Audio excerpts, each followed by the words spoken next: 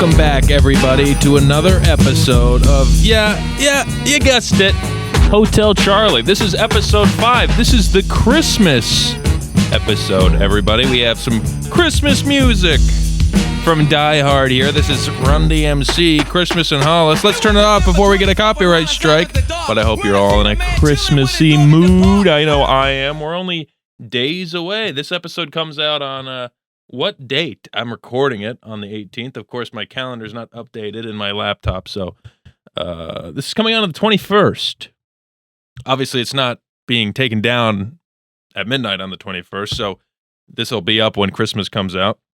Are you guys all excited? Are you excited to go travel? Are you college kids excited to come home from school and see your parents and do everything you need to do to, buy your last-minute gifts, buy your rum, your whiskey-influenced eggnog, and chow down? I, of course, have a beer here. It's Christmas every day in the Brinker household when I have a Coors Banquet case up in my garage, getting cold, keeping it cold. Here in Pennsylvania, you don't need a refrigerator to keep your beers cold. Save a little energy. Keep them in the garage on the concrete floor.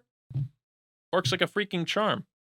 I bought a case of these, Coors Banquet, my new favorite beer, and because I ran out, and my friends and I wanted to all hang out. We were going to go over to Mr. Jason Seeger's house. You guys know Jason, right? You love him. You know him. Mr. Jason Seeger. We were going to go over to his house, and then separately, I bought a case of beer to keep at my house. Well, before the party started, Jason asked, should we do it at Harry's house? And that's what we decided to do. So we had some friends over, Logan, Jason, Robbie. I have no problem inviting my friends over. What I do have a problem with is when I buy a case of beers for myself, and within 3 days they're gone, because on day 1, half of the case was drunk by my friends. And the other 2 days I drank it myself. This is, I think there's 4 left in the case there. We had a box of 36. That's all right. I'm unemployed. I'm allowed to drink. In fact, I mean, it sounds bad, but that's kind of what you're supposed to do. That's like the gimmick. That's the cliche, is the unemployed guy in his basement recording a podcast, drinking beers. Is that upsetting to anybody? No. I can still buy nice cardigans. What do you guys think of this nice cardigan? It looks a little Jewish, to be quite honest with you.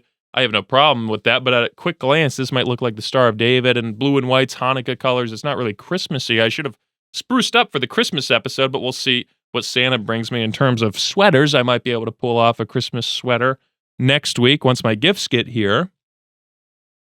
There's a hair in my mouth. That's disgusting. I'm not wearing a hat today. This is a special treat for episode 5. I was going to wear this Buffalo Bills hat. Oh, nice Buffalo Bills hat. But I don't want to advertise the Buffalo Bills, so let's censor that out. I would have put it on just like this. It would have looked cool. I'm going to a Buffalo Bills game when this comes out. I'm going to the game tomorrow. They're going to be playing the Patriots, and I'll be there. So if you have tickets to the Bills game and you see this video, come say hello. I don't feel threatened because you're not allowed to bring weapons into the stadium, except Josh Allen, that is. I mean, that guy's a unit, right?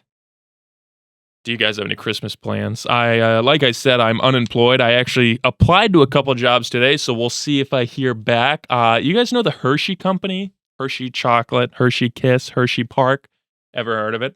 Well, I live within driving distance from Hershey, and they're hiring in their ice cream department, and I applied for a job because what goes better with podcasting than a nice cone, a nice chocolate chip, Joe Biden's favorite.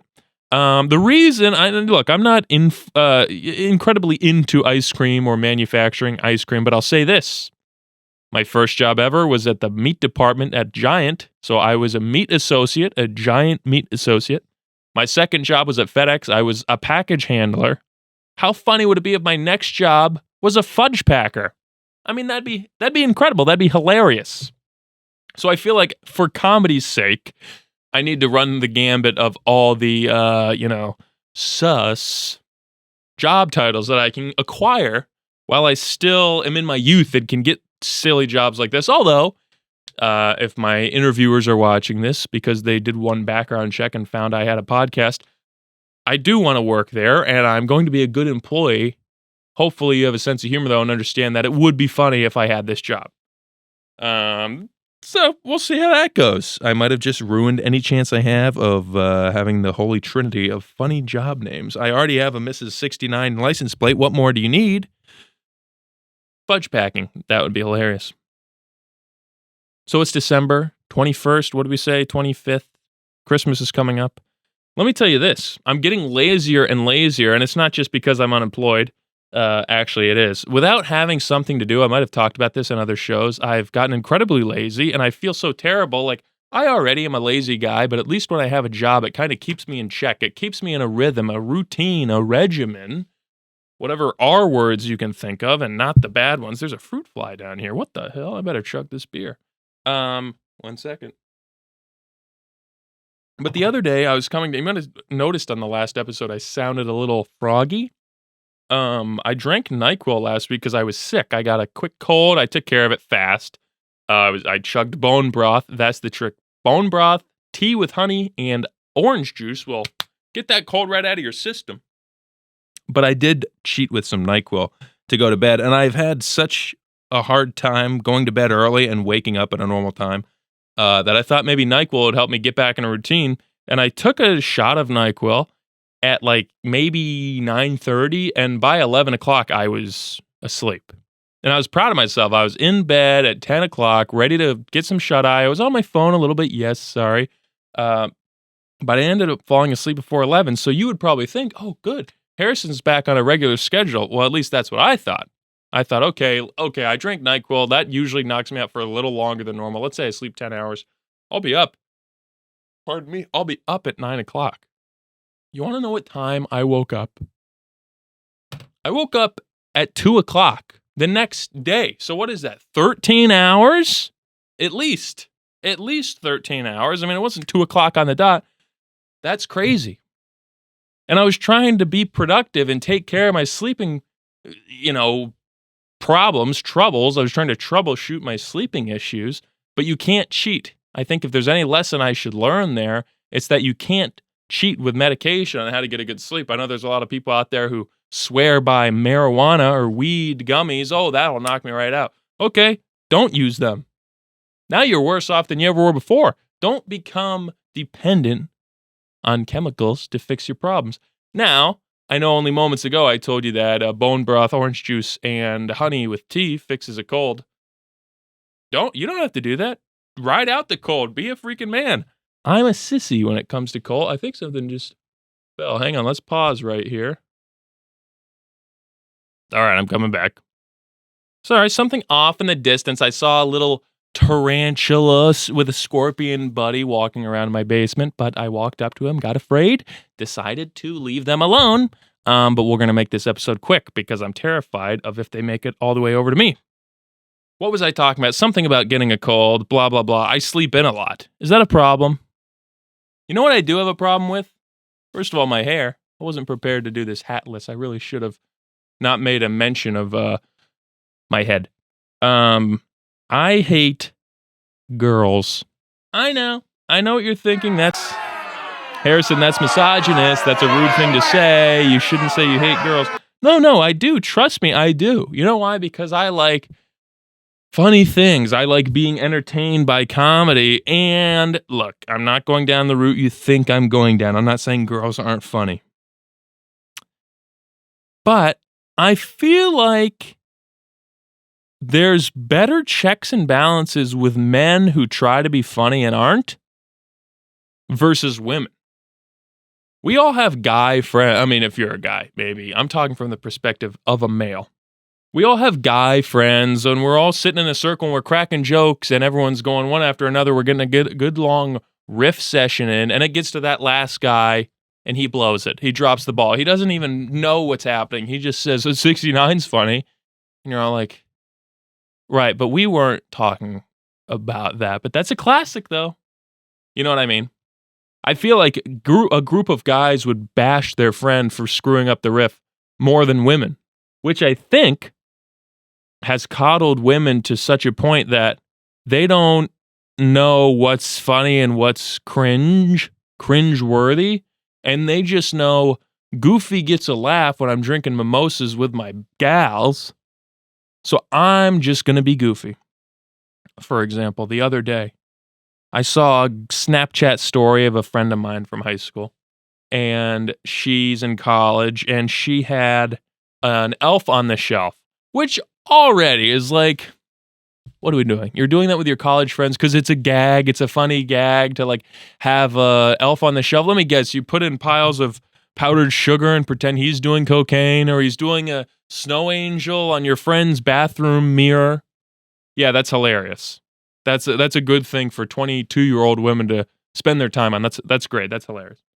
Anyone older, I don't even know what age you would start at. I guess you would have to be old enough, older than 20, to think cocaine is funny. But anyone in their 20s or beyond that's like doing gags like that with an elf on the shelf, like pretending like, oh, what if you set up naked Barbies behind him and it looks like he's at a strip club? It's like, okay, so you're playing with dolls, but it's okay because he's horny. What are we doing? I don't really get the logic. I get it. I get that. I get what you're setting up. It's not funny. Sorry. It's like watching anime pornography of Dora the Explorer getting molested by boots. It's like, is that funny to you? Okay, let's take a kid thing and make it adult. Ha ha ha ha. Actually, that probably exists, and there's probably a lot of people out there doing it, like Fortnite porn. Which, by the way, I like Fortnite now, but I'll get to that later. Anyway, I saw this girl's Snapchat story, and she had an elf on the shelf and a label next to him with his name on it. And his name was Tito Von Julio. Is that hilarious? Actually, it's Tito Don Julio. Tito Don Julio. Yes, everybody, that's hilarious. Why? Because it's a Spanish name, and it's crazy to imagine the white elf is actually Spanish. Do you guys know and this is representative of a lot more than I'm making it out to be. I hope no one watches this and just goes, oh, you don't like Elf on the Shelf? Okay, this guy's an idiot. Like, I'm talking about, this is one example of the millions of jokes just like this. And no, I don't think it would be funnier if a guy did that. It would be cringe if a guy did that. But I don't think a guy would go out of his way on a Snapchat story to be like, look how quirky we are. We have an elf on the shelf named Tito Don Julio. It's kind of like a Mexican name, right, guys? Isn't that funny? It's like, what's funny about that? Because it's Mexican? Should I name my Labrador Retriever George Floyd? Because he's not actually a black man. He wasn't killed by Derek Chauvin in 2020. So is that just as funny? I don't get it. I don't get how people can hear that and go, oh my God, that's so hilarious. That's so quirky. You're probably crazy when the mimosas come out. Enough of the mimosas, Harry. I can't help it. That's their thing. They like brunches. If you're not with me, I hope you're at least still watching. Let me give you a better example. A more clear-cut example of the type of joke, the type of person that I'm talking about. You guys have phones, right? We all have phones. This is mine. It's 11:29 today. You guys ever see your friends with their phones, and maybe when you're all hanging out, their mom, your friend's mom, texts them, your friend, and you're looking and you're trying to decide, who is that? Who's that contact picture? Who's that name? Because it doesn't say mom. It says birth giver. Birth giver. Is that hilarious? You guys have a friend who has their mom in their phone as birth giver? Or better yet, spawn. That's my spawn point, guys. That's my mom. She spawned me. It's just your mom. Look, this is where I'll admit I'm crazy, but maybe some of you are with me, but if not, please don't hold this against me. This is just how particular I am. I feel the same way about people having their mother in their phone titled Madre, Mother, Mama, Mommy. Ironically, it's just mom. It's not their first name. It's not Spanish. It's not German. It's just mom. Okay? My mother's a saint, and I don't joke around. And maybe it's because I was raised in a household where I was supposed to respect my mother and not treat her like some video game character. But my mom is in my phone as mom.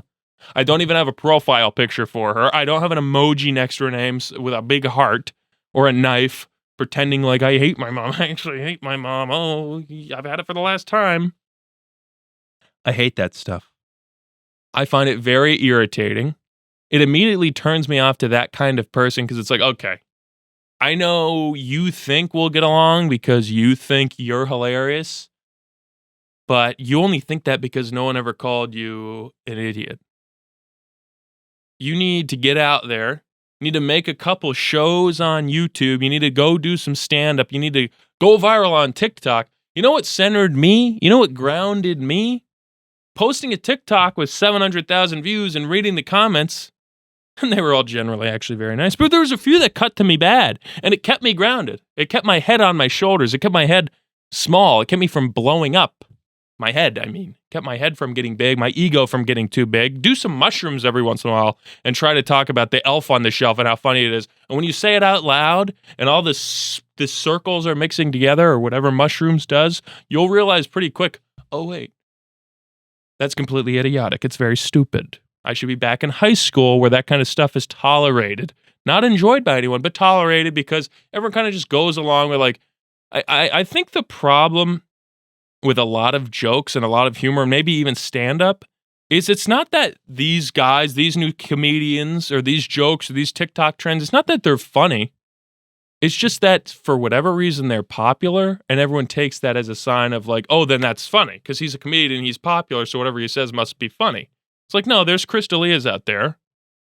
There's Andrew Santino's out there. There's Andrew Schultz's out there who are professional comedians and make their living that way. Go watch their set. Go watch their set. Go watch their stand-up. Go watch their special. You're laughing. Sit alone in a room and try to laugh at those. Or anybody. Sit alone and try to watch this. I'm not trying to make you laugh. I'm trying to get you back to reality. Rabbit? 8 Mile? Eminem? Ever heard of him? Chris D'Elia. That's the point of this show. It's and maybe there's things I say along the way that crack you up. Hey, sometimes I watch the show and crack myself up because I'm selfish and conceited. But you're not me. So if I get you to crack up, that makes me happy. But I hope most of the reason you watch this show or most of what you get out of this show is more like, oh yeah, it's okay to trust my gut. And with that, I want to go to my main part in this episode, which is something I'm uncomfortable to talk about. I like comedy. And there's one guy on this earth who apparently everybody loves. Everyone considers this man funny. Well, guess what? I haven't for a while, and I've been very uncomfortable to share it, but I'd like to share him with you now. This, ladies and gentlemen,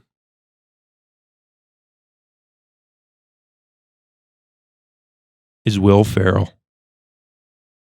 Let's see this sketch right here. I guess that was the intro part. Let me prove it to you. And don't worry, I know what you're thinking. You're thinking, Harrison, you're crazy. Look, you got me with the Spawn, the Birth Giver. That's cringe, but you're not going to get me to hate Will Ferrell. My case here is that you don't like Will Ferrell.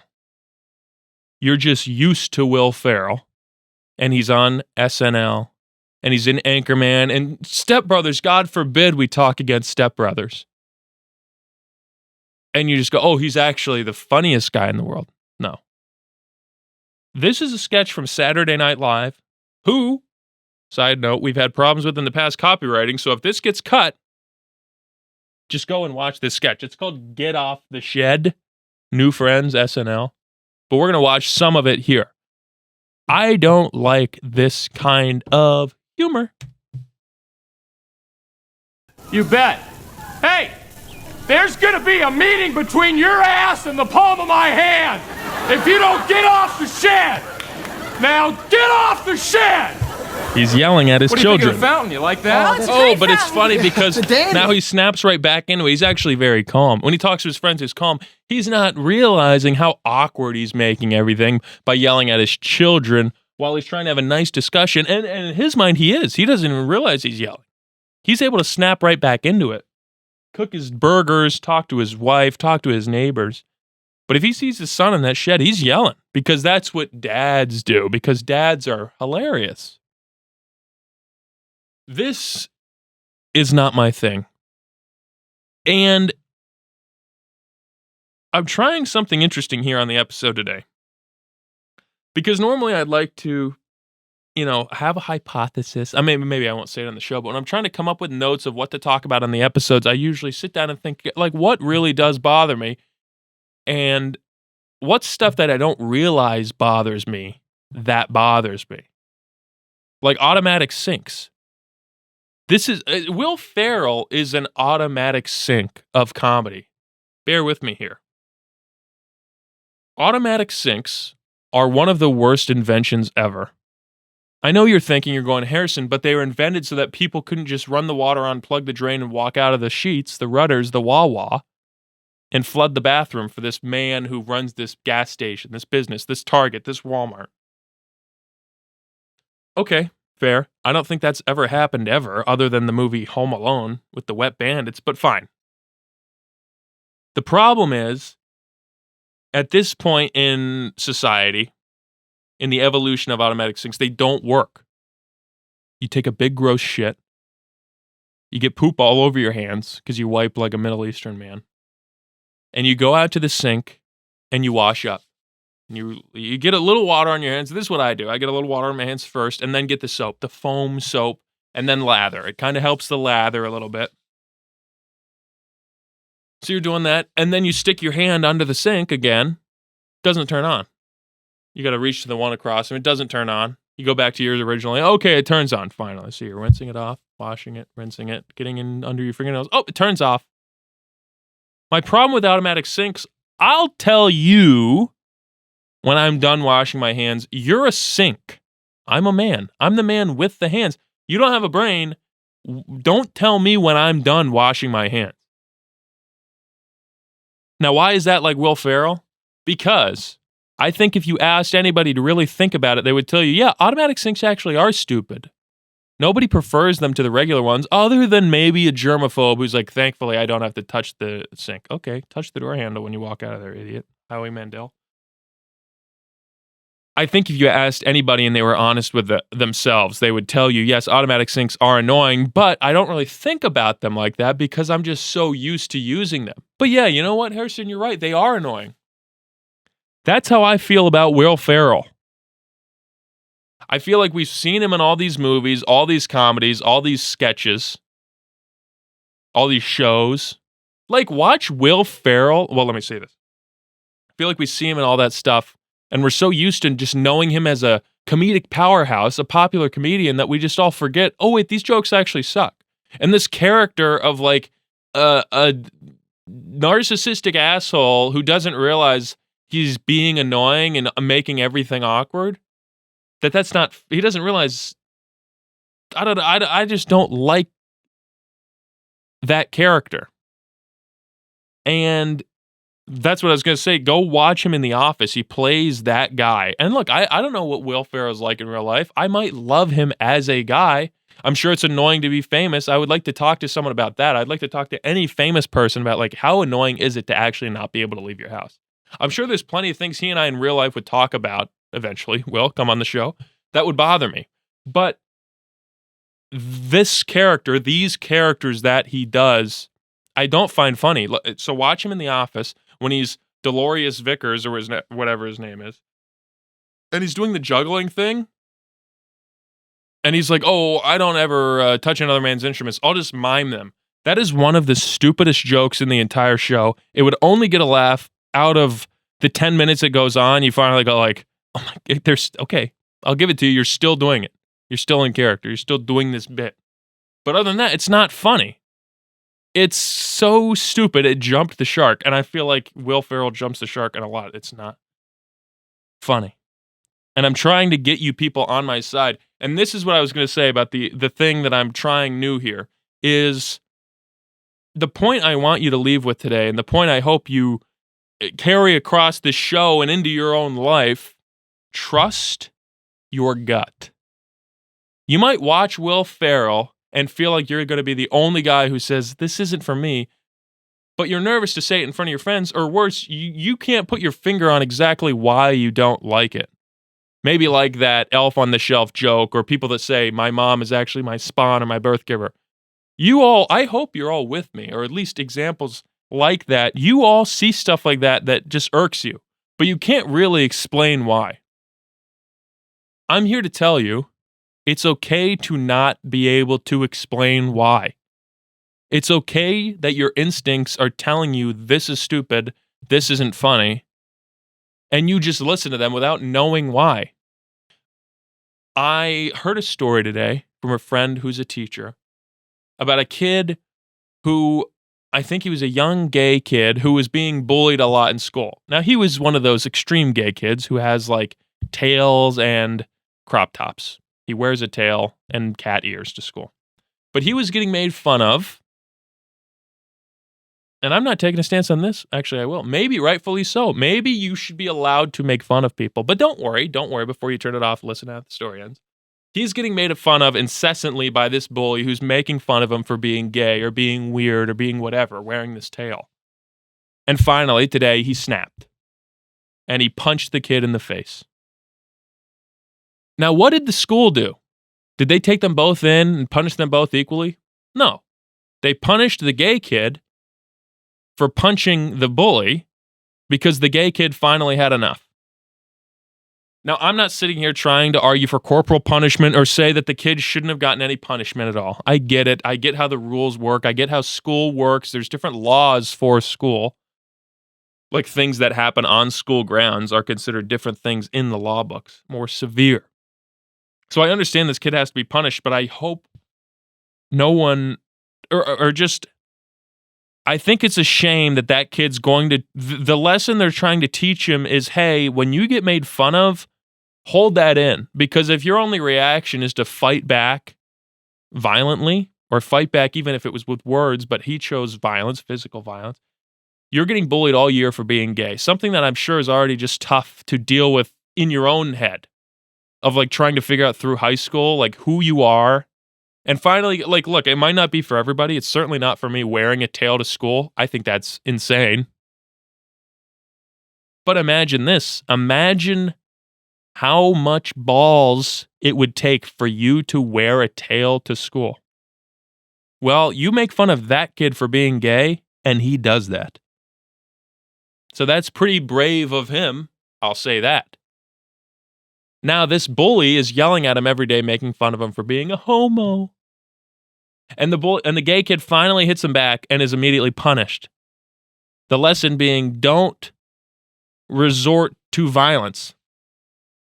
Resort to violence. Okay, for the law's sake, no, don't go in fights with random kids at school because they once made fun of you. But like that, where you're being bullied for a year, look, deal with your out-of-school suspension, but know that you are in the right. Don't let anyone tell you that you did the wrong thing by punching that kid in the face for calling you the F slur, the F word for gay people, for the last year. You are in the right, my friend. And if you want to come on the show, gay man, I will gladly sit down with you, although I don't have a litter box. There's a camera over here and a studio audience I'm turning to make sure they're laughing at everything I'm saying. But I hope you're with me. My point is, trust your gut. And don't be ridiculed to the point where people are telling you not to trust your instincts. If you're walking down the street in a creepy part of town and there's only one guy across the street from you, don't worry about any political, societal, anything anyone's telling you to feel. Cross the street and get away from that guy. Don't second guess yourself. If your gut is telling you, get out of here, you're going to die, run away. Patrice O'Neal has that bit where I think it was something like this. I don't know. I'm kind of piecing a lot of things together. But he's like, I'd rather be alive and called a racist than dead and whatever, not be called a racist.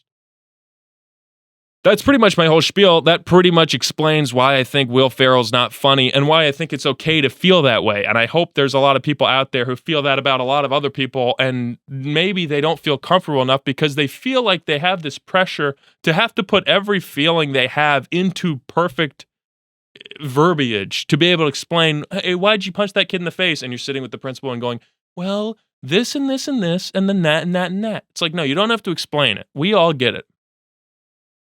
Will Ferrell, I can't explain, I can't put into words exactly why this irks me so much, but it makes me feel like I'm gay and you're a big fat kid calling me an F word. And I'm ready to punch you in the face. How was that, everybody? Was that a beautiful little spiel there? Don't worry, there's more. I'd like to show you this. Before you turn the episode off and go, Harrison, I can't believe, where the hell is my mouse? Harrison, I can't believe you would say something like that about the great Will Ferrell. Well, let me show you this. This is from the movie Old School with Vince Vaughn and Luke Wilson and Will Ferrell from like 2003. This is before Elf. This is like right out of SNL. And the point of the movie is Will Ferrell just got married and Luke Wilson just got divorced or broken up with, and he moves into a new house. Luke Wilson does. Will Ferrell's just got married, but he's kind of on the rocks with his wife already. And he's coming over to hang out with Luke Wilson, his old buddy. Now watch this clip. That's awesome. Come on.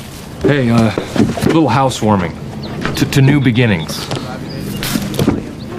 Thanks.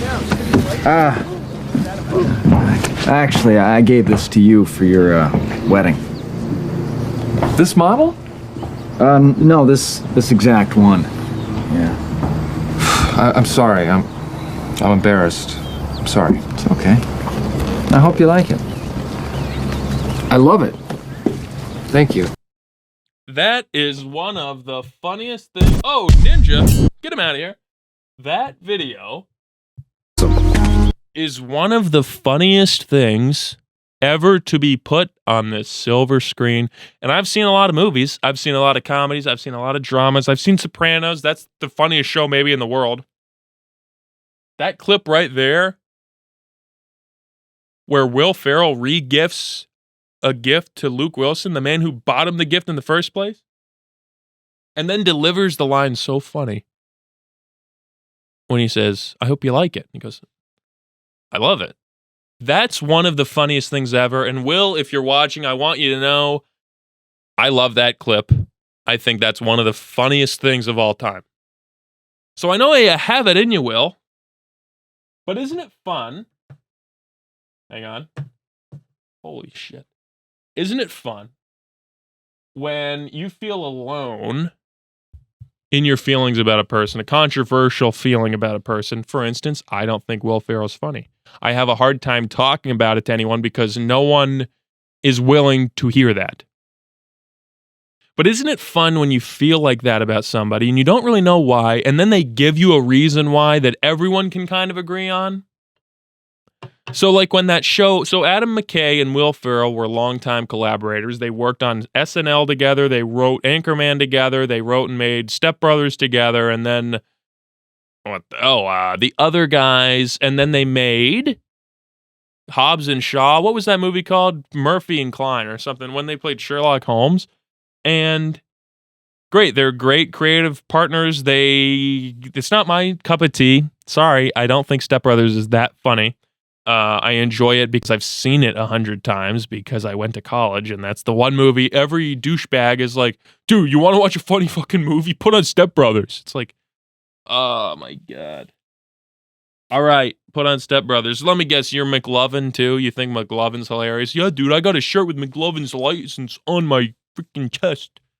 Okay, that's hilarious. That's so funny. Anyway. Adam McKay and Will Ferrell were longtime collaborators. They both produced Succession. But Adam McKay is in the works making the show Winning Time. This is like 4 years ago. About the LA Lakers in like the 80s, back when Magic Johnson didn't have AIDS yet. And they needed a guy to play Jerry Buss, the owner of the team, the guy that bought the team and is trying to like revive the team. And Adam McKay and Will Ferrell are in talks, like trying to figure out who should play this. And Will Ferrell's kind of like straightening out his collar, like, it's like when SpongeBob was expecting the promotion in the SpongeBob SquarePants movie from 2004. And finally, Adam McKay's like, I finally figured it out. Adam McKay's Mr. Krabs in this analogy. I finally figured it out, boy. We're going to hire for Jerry Buss the most important role, John C. Reilly. And Will Ferrell goes, yeah, sorry, better luck next time, buddy. And then runs away. And then everyone realizes like, Will, he hired John C. Reilly, not you. Well, instead of going to Shell City and saving Mr. Adam McKay's crown, Will Ferrell dumps Adam McKay and says, "That's it. We made millions of dollars together. You're the reason I'm famous. And now I must turn my back on you." What's the world coming to? And Will Ferrell said this, of course. It hurt my feelings. It made me cry. Of course. And that is a very douchey, baby, bitchy thing to do. Because him and John C. Reilly are friends too, and now John C. Reilly's getting a job, but Will Ferrell thought maybe he would have been better for it, and then Adam McKay says, yeah, actually, John's better for it, and Will goes, we're not friends anymore.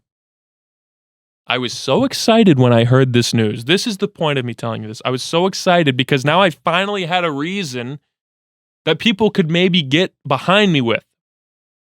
At the very least, they might still go, oh, I think Step Brothers is funny, but yeah, hearing about the Adam McKay and him falling out thing, yeah, that kind of rubs me the wrong way. But we're getting somewhere. And that's my point. Will Ferrell is my example, but I'm sure we all have plenty of examples.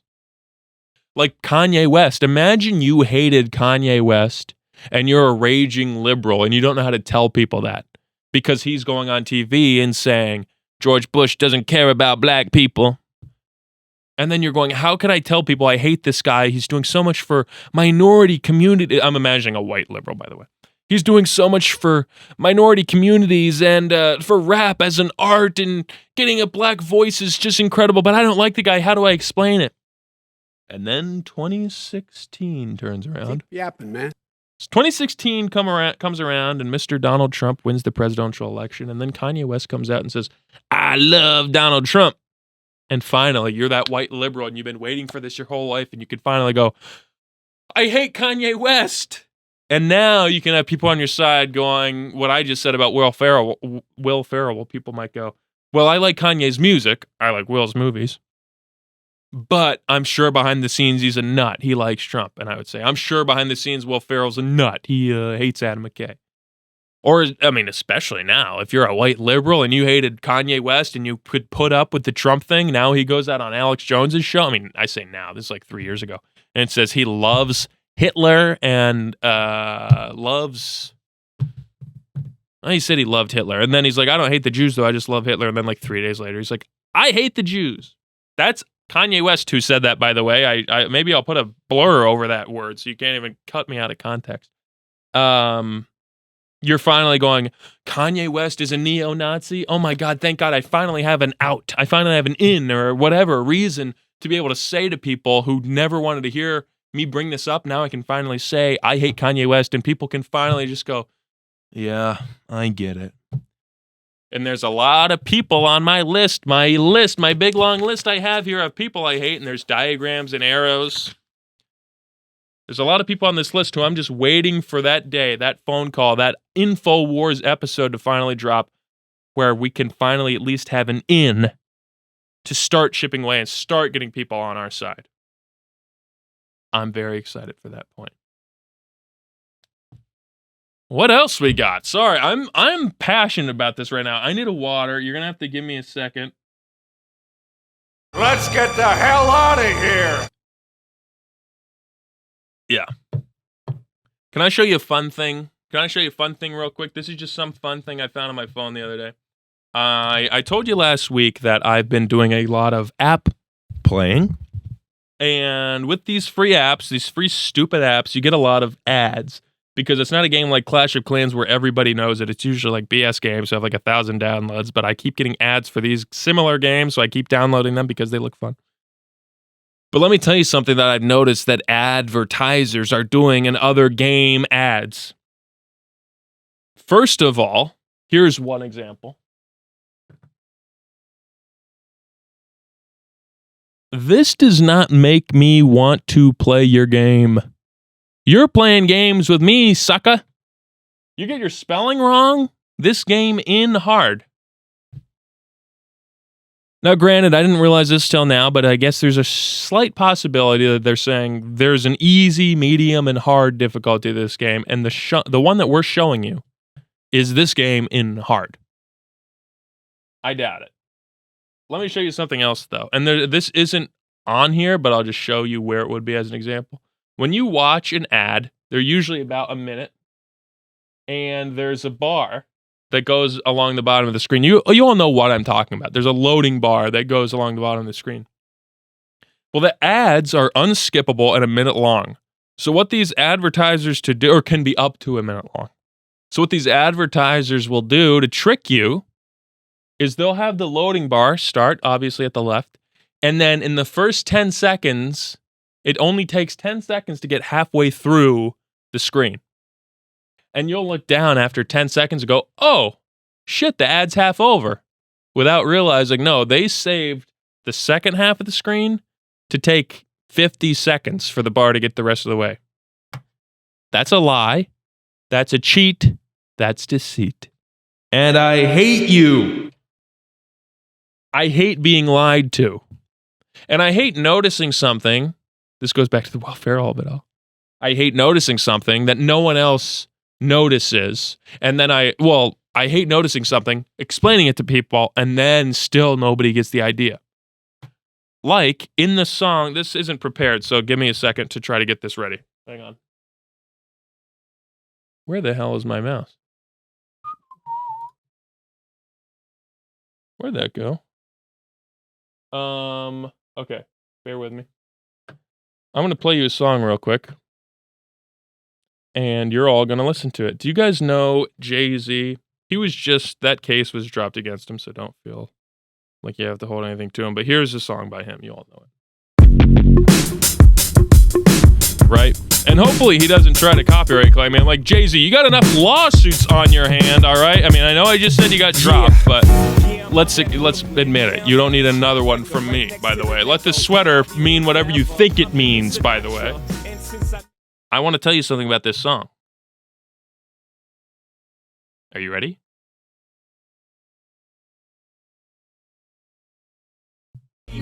It's in the chorus part.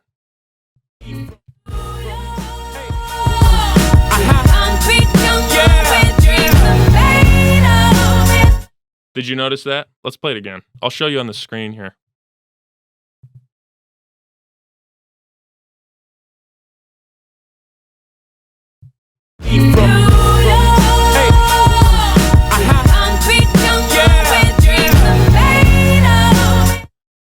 You notice that? Can we zoom in on this here?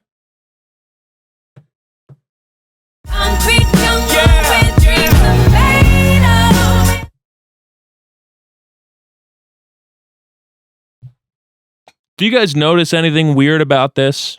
Nobody seems to notice that in one of Jay-Z's most popular songs, there is a first grade level grammar diction mistake. Concrete jungle where dreams are made. Oh, I got you. Concrete jungle where dreams are made. Oh, okay. Of. What? Of is a what, not a where. All you need to say is concrete jungle where dreams are made.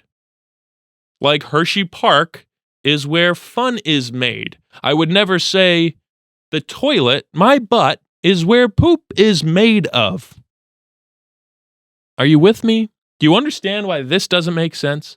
And I'm reminded of a time with a friend of mine where I brought this up just jovially, saying like, hey, I noticed this the other day. It says concrete jungle where dreams are made of. It should just be where dreams are made. And the guy went, what? And I explained it to him again. He goes, no, I'm pretty sure where dreams are made of is right. And then you just have to go like, all right, I kind of just brought this up because it's funny. It's not even it's not even up for debate. It's not subjective. That's wrong. I didn't bring this up to debate it. I brought it up to tell it to you because I did the research and it's wrong. And now you're trying to argue saying, actually, it's right. It's like, well, no. And now I'm mad because you're stupid and I'm wasting my time. I hate those things. That's just one example of it. I'm sorry. Thank you, Jay-Z, for coming on. There's my Spotify. What else do we have here? I want to calm you guys down. I feel like this is a very angry show. I'm very vitriolic. I like to try to put my thoughts into words the best I can. And I hope you forgive me, not to repeat myself over and over, but I hope what I said earlier kind of sticks with you of like, hey, at the end of the day, I know that this makes me angry. I almost said angry, just to get that to rhyme. Whatever I show you on the show, it bothers me. And I hope I can do my best to put it into words so that you can go out in your life and get used to thinking about things that way. But if you think I repeat myself or talk over myself, just understand it's more out of, hey, I'm just like you. I'm struggling to try to figure out what it is about Will Ferrell or Jay-Z's song or whatever that bothers me. But I know that something does. And I sit here with notes in my phone that are unfinished saying, I don't know what it is, but Birth Giver pisses me off. Having an elf on the shelf named Tito Don Julio, pisses me off. Now, maybe the reasoning I give it, saying, is it because it's girls? Doesn't make sense. And that's not what I said, by the way. Go back and listen to it. I didn't make that argument. Now I have to say, what I said was girls do that more often, and I feel like the reason for that is because they don't have guy friends telling them that their jokes are stupid. Anyway, that's pretty much all, I guess. If you ever think I'm repeating myself, that's why. Understand it's out of an effort for your sake to try to put my feelings into words. And sometimes these feelings are so difficult to understand. They aren't just reading sports off a box score on ESPN where I can just tell you this information. It's sitting down and trying to reason and put into words exactly what these things I don't understand, but I know I feel them, trying to figure out why. But maybe we can lighten the mood a little bit, and I can tell you about some things I did the last couple of days that I enjoyed. Whoa. These are $1,000 headphones, and they just sprung off my face. Let's fix my hair. I can't hear myself. Maybe the microphone just broke, and I didn't know. I sat down the last couple of days. I'm trying to enjoy my last few days of unemployment before I go on vacation for Christmas. Not vacation, on family trips to go see my family. Pretty much a vacation. I grew up poor. That was our idea of a vacation. It was visiting grandma once a year. But I've been watching movies lately, which when I lived in Utah, I didn't do for about a year. I worked every day and I just didn't bother watching movies. No, I would watch YouTube. It was a lot easier to just throw a podcast on or throw a podcast on, really. I don't really sit and watch a lot of YouTube videos other than that watch guy and that arcade guy and that black guy who fixes TVs. Or mounts TVs. But the other day I started watching a movie and I picked a genre that I don't normally like, and it's horror. Now you might be thinking, Harrison, what are you, a pussy? You're scared of horrors? I mean, finally, I've hated you this entire episode. You've been talking shit on Jay-Z. This pussy doesn't like horror movies. No, I'm not scared of horror. I watched Hereditary. I just think they're boring. I think the idea of Insidious, where it's like, hey, we had a kid, but then the devil came in and like took him into another dimension. What do we do? It's like, oh no, what do we do? I don't know. You know what's scary to me? The movie The Strangers. You can watch it on HBO Max. It's just about these guys. By the way, I'm calling it HBO Max still. And Elon Musk, I'd call it Twitter, not X. That'll never, ever catch up. Ever. Sorry. It's about these people who come home from a wedding and they stay in their father's cabin. It's this boyfriend and girlfriend. They stay in the guy's dad's cabin. And there's these three killers who just for no reason out of nowhere in the beginning of the movie start trying to stalk them and kill them in this house. And at the end of the movie, they ask, why are you doing this? And they end up killing them. Maybe. Spoiler alert. They ask, why are you doing this? And the killer says, because you were home. That is a lot creepier to me than a devil coming from another dimension. And then after watching The Strangers, I was in a home invasion mood, so I put on David Fincher's Panic Room, which I had never seen before. And it was very good. I really liked it. David Fincher, thank you. And thank you for, after a year, getting me back into movies. That was an homage to Panic Room. I haven't watched movies in over a year, and I sat down yesterday and just binged them. and I reread old scripts that I've written, I've saved in my computer, and I got back in the groove of like, that would be so fun to do. And I don't want to say, oh, I would love to do that, because it sounds like I'm just this hopeless, gonna move to California and drop everything idiot who's like, I would love to make movies, and as long as I have a dream, I can do it, right? I'm well aware I'm gonna have to finance this movie with an ice cream fudge packing position at Hershey's Creamery. So I'm not getting any wrong ideas. But I will say, if whatever had to happen happened for me to become a filmmaker, that would be cool. And it's people like David Fincher that inspire me. And I rewatched Seven today. That movie's incredible. Thank you, Seven. John Doe has the upper hand. But I will say this about scary movies, because maybe scary movies aren't for everyone. And no, I don't think you're a pussy. I think you're justified in being scared after you watch a scary movie. It is scary. I just think there's silly ones out there that are regularly considered incredible, like Insidious. And I've tried to watch it twice. I fell asleep both times. Snooze fest, boring. But when you watch a scary movie, late at night, maybe late in the woods, maybe you're camping and you brought a portable DVD player and you're watching The Strangers. What happens when you have to take a piss in that tent in the middle of the woods? You're scared to go outside. You just watched this movie where these people were murdered in cold blood for really no real reason, and now you have to go out of your tent and take a piss. What are you going to do? Let me ease your mind a little bit there, fruitcake. Think about it this way. How often have you ever been murdered? Is the answer 0? How often have you ever been antagonized by a killer clown? How often have you ever been dragged into hell by a Satan-like creature? How often has a Jeeper Creeper chased you in a car? Is the answer 0? Well, then why the hell would it happen now? I'm not trying to yell at you. I'm trying to smack some sense into you. Like when your mother yells at you for putting your hand on the stove. She's not angry. She's concerned, and she wants to make sure that you know that I'm angry. That way you know not to do that again. Like when you give your dog a shock collar. You don't want to hurt them, but you need to teach them, when you cross that line, when you bark too loud, when you take a shit on my floor, there are consequences. So I'm trying to yell at you, to yell some sense into you. I'm not trying to smack it. I'm trying to yell it into you. Think about it that way. I've never been murdered. I'm on a camping trip.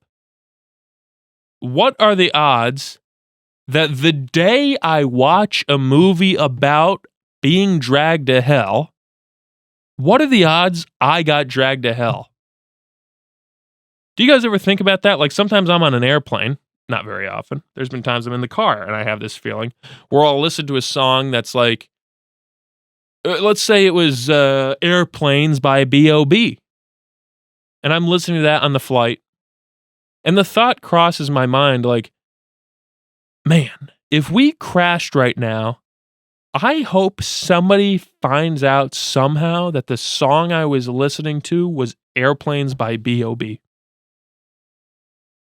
I don't want to die, but if I'm dying and this is the song I have on, I can't help but think that that's pretty funny.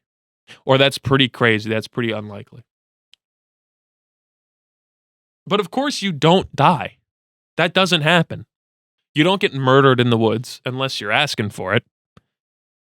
So you're going to be fine. So next time, that's just my trick for you guys at home. And I know I'm yelling. I'm sorry. I don't want to be the scary one, but if you have to consider me the villain to get this through your head, do it.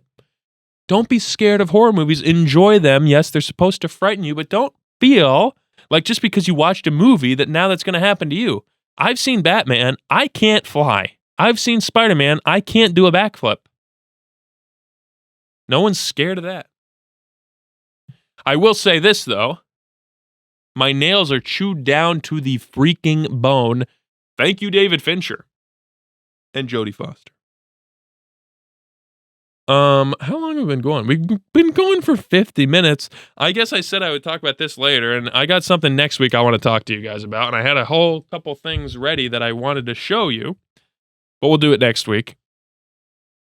I like Fortnite now. I told you that. I told you that last week that I hated the new OG Fortnite. Turns out all I needed to do was give it a try.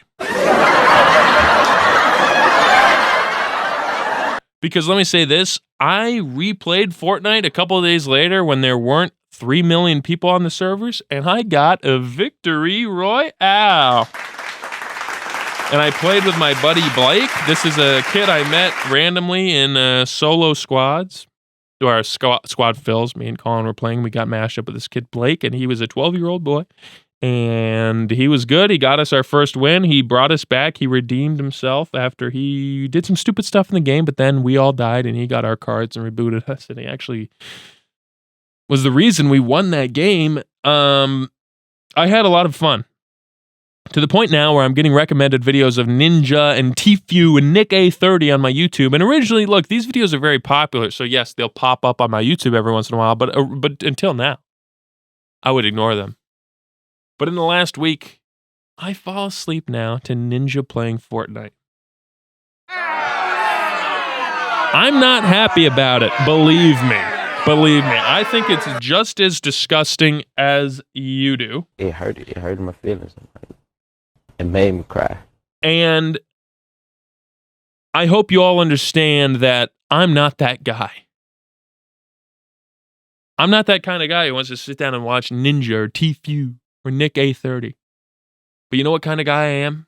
I'm the kind of guy who likes playing Fortnite with his friends. So forgive me if it's hard for me to put aside how much enjoyment I get out of that. And yeah, if it's Ninja, if that's what it takes, if it takes Ninja to show me a couple new tricks and tips in the game to get by and have more fun with my friends, sure, I'm going to listen to it. If you want to have sex with a nice, beautiful woman, and you're reading through a book of how to do it, and the pictures in the book explaining what missionary is are all of Adolf Hitler, are you going to put that book away? You know, for a second, maybe you might throw it away. You might go, what the hell was that I just saw? But I think after a moment, you might go, you know, I don't like this Hitler guy. But I gotta hear what this book's about. I gotta read what this book's about so I can have sex. I hope you're all with me, and I hope you all understand. Did that make sense? I know that's kind of a crazy analogy, but I think it's pretty solid, actually. I mean, that's how I feel about Ninja. But we've been going here for 58 minutes. I guess there's not much else to say. This is the last episode that'll come out before Christmas. I hope you all have a very good Christmas. I hope you do your last-minute gift shopping. If anyone wants to get me anything, just follow my Instagram. It's just Brinker Harrison. It is private, but if I look at your profile and see that we're not following the same people, I'll just accept it, and maybe I'll give you a follow back. And then I'll DM you, and then we become best friends, and then I'll put you on this TV, and you can get on the show. We have a second microphone here. Maybe you'll fly back down to my hometown, and we can sit down and do an interview. Other than that, I think that part 2 episode of Colin and me reminiscing on our trip across the country when we drove from Utah to Pennsylvania over the course of a week, part 2 is going to be up on Patreon soon if it isn't already. That, of course, is $1 a month. Now, you might go over to the Patreon. You might have checked it out and seen that some of the tiers are kind of crazy. I'm still figuring out the tiers. Just know that $1 gets you all the behind-the-scenes stuff. The only thing more than that would get you anything else is I think it's $5 and you get your name in the credits. Which right now we don't even have credits, so you might be thinking, what does that even mean? No one subscribed to the Patreon, which is fine. We have 100 subscribers. Oh, wait, yeah, we never said that. Thank you. We finally have 100 subscribers on the channel. That's very fun. I'm not surprised we don't have a shitload of people on the Patreon. I mean, we're competing with Tim Dillon for crying out loud. But, yeah, rest assured, if you're concerned about the Patreon, $5, what's that going to get me credits? What does that even mean? There will be credits if there's any names to put in them. But right now, I would only put my name and Colin's name. And we already know each other and are good buddies. So there's no reason to try to suck our own dicks and put our name in the show. But that's all. You can go over to the Patreon. Maybe that could be your Christmas gift to me. You can give me $1. You can give me $12 a year. But that's pretty much all. Just, I don't want to do this. And maybe that'll help. Maybe that'll let you guys know I'm a real guy. I hate doing this, but if you made it to the end, subscribe. I'm not the kind of guy who will do it at the beginning of the video before you even get to hear what this is about. But if you made it to the end and you followed along that whole time, I understand. I kind of caught myself by surprise too. And there's a big circle on my notes here of things I need to get to. That's 2 things. Did you pause and zoom in to read what that said? If you made it all the way to the end, please subscribe if you're not. Click like on the video. Comment on the video. I don't mind saying this now. It does make me uncomfortable, but at least it's the end of the video. And if you did make it this long, I don't think it's too much to ask. Because clearly either you hated it or you loved it, but you got something out of it. But other than that, I hope you all do have a very Merry Christmas. I'm having trouble thinking of when to film the next episode that'll come out next week because I'm going to be on vacation, but rest assured it will get done. It will be as like nothing happened. It'll be out next Saturday. I'm just stressed behind the scenes of trying to figure out when I'm even going to be home. But it will be done, and I will see you all in the next episode. Bye. Ho, ho, ho. Ho, ho, ho. Merry Christmas, everybody. Can someone get me Anchorman on Blu-ray?